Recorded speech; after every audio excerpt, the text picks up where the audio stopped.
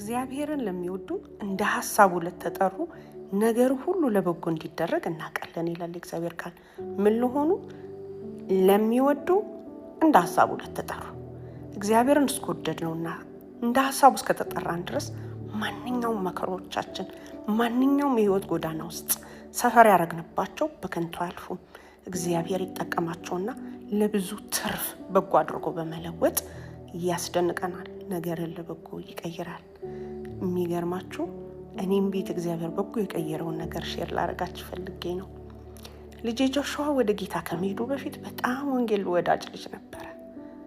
በቃ መመስከር ይወዳል። ለጓደኞቹ ወንጌል ይነግራል።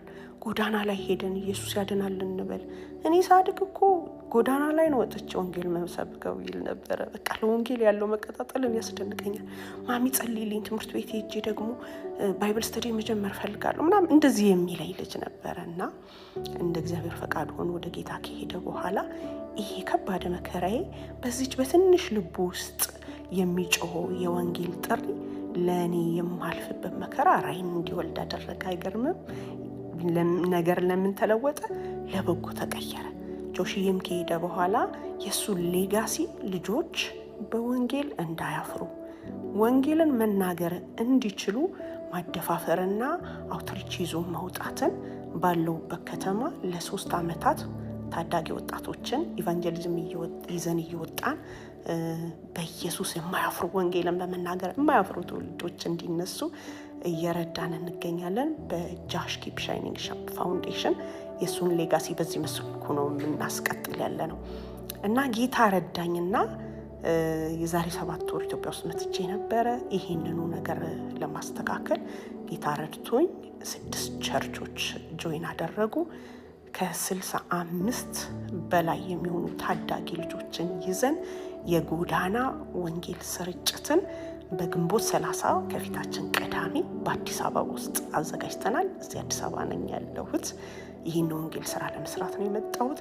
ጌታ በብዙ መከናውን እያስደነቀኝ እነዚህ ልጆችን ይዘን እንግዲህ በወንጌል አላፍርም የሚል ቲም ነው ስለ ኢየሱስ መናገርን እያደፋፈርናቸው አብረናቸው ይህን የምስራች ወንጌል ለሰዎች ልንነግር እንወጣለን። በጎ ነገር እግዚአብሔር አደረገ።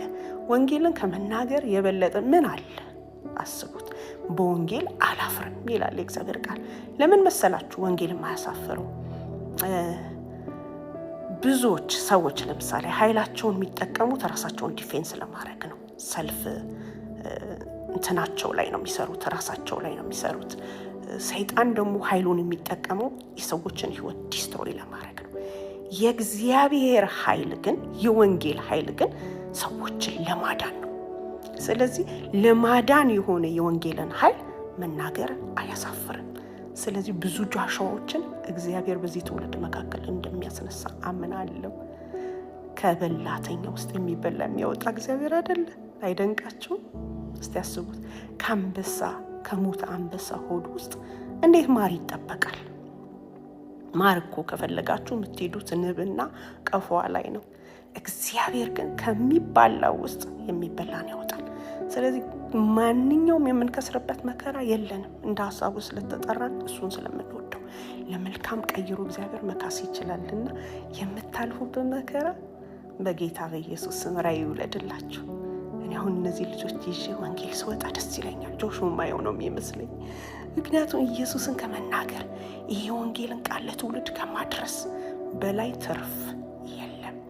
ስለዚህ በአገልግሎታችን ላይ ደግሞ ጌታ ምድር እንደሚያስወርሰን ብዙ ጆሹዋዎች እንደሚያስነሳ አምነዋለሁ። እግዚአብሔር መልካም ነው። ዛሬ ሰፈር የምታደርጉበት መከራ ራዕይ ሊወልድ ይችላልና ቆም ብላችሁ እግዚአብሔር ምን ሊያስተምረኝ ነው? ምን ከኔ ውስጥ ሊያወጣ ፈልጎ ነው? በዚህ በማልፍበት ብትሉ እውነቴን ነው የምላችሁ ለትውልድ የሚሆን በረከት ያደርገናል። ጴጥሮስ ልትገድለው በማትችል ገረድ ፊት 3 ጊዜ ይከተል የነበረውን ኢየሱስ ክርስቶስን እንደካደ እናስታውሳለን። መንፈስ ቅዱስን ከተቀበለ በኋላ ግን በብዙ ሰዎች መካከል እናንተ የሰቀላችሁት ጌታ ክርስቶስ እያለ ወንጌልን ሰብኮ 3000 የሚያክሉ ነፍሳትን ወደ ጌታ እንደመጣ እናስታውሳለን።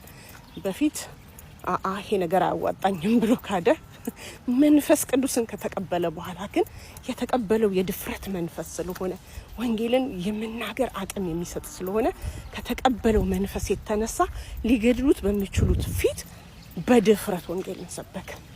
ምን ልላችሁ ነው? የተቀበልነው መንፈስ ክርስቶስን እንድንሰብክ ድፍረት የሚሰጠን መንፈስ ነው። ከዚህም የተነሳ እኛም የተቀበልነው መንፈስ ይዘን በዚህ በአዲስ አበባ መተን ጆሹዋ ኪፕ ሻይኒንግ ፋውንዴሽን በልጆች ዙሪያ ከ13 እስከ 18 ዓመት ያሉ ታዳጊ ወጣቶችን ከ6 ቸርች አወጣጥተን ከነሱ ጋር ታላቅ የወንጌል ዘመቻ አድርገን ነበረ። ጃልሜዳ፣ ግብጽ ኤምባሲ እና 6 ኪሎ አካባቢ ነበር የተፈቀደልን። ከ65 በላይ ወደ 68 የሚጠጉ ታዳጊ ልጆችን ይዘን የጌታ ኢየሱስ ክርስቶስን አዳኝነት ለብዙ ሰዎች ስንመሰክር ዋልን። አላማችን ምንድነው? በየቤተ ክርስቲያኑ ታዳጊ ልጆች ለዚህ ትልቅ ለእግዚአብሔር መንግስት እነሱም አደራ እንዳለባቸው ለእኩያ ለሆኑ ጓደኞቻቸውም ሆነ ለሰው ሁሉ ይሄን ወንጌል በፍቅር እንዲናገሩ እነሱን ኢንከሬጅ የምናደርግበት በወንጌል የማያፍር ትውልድ ማስነሳት። በቃ በወንጌል አላፍርም እናደለ ያለው ወንጌላችን ስለማያሳፍር የተገለጠው የእግዚአብሔር ኃይል ለማዳን ስለሆነ የዚህ የመንግስቱ ሰራተኞች እነሱም እንደሆኑ ኢንከሬጅ አድርገን ትልቅ የድል ቀን ነው እግዚአብሔር የሰጠን።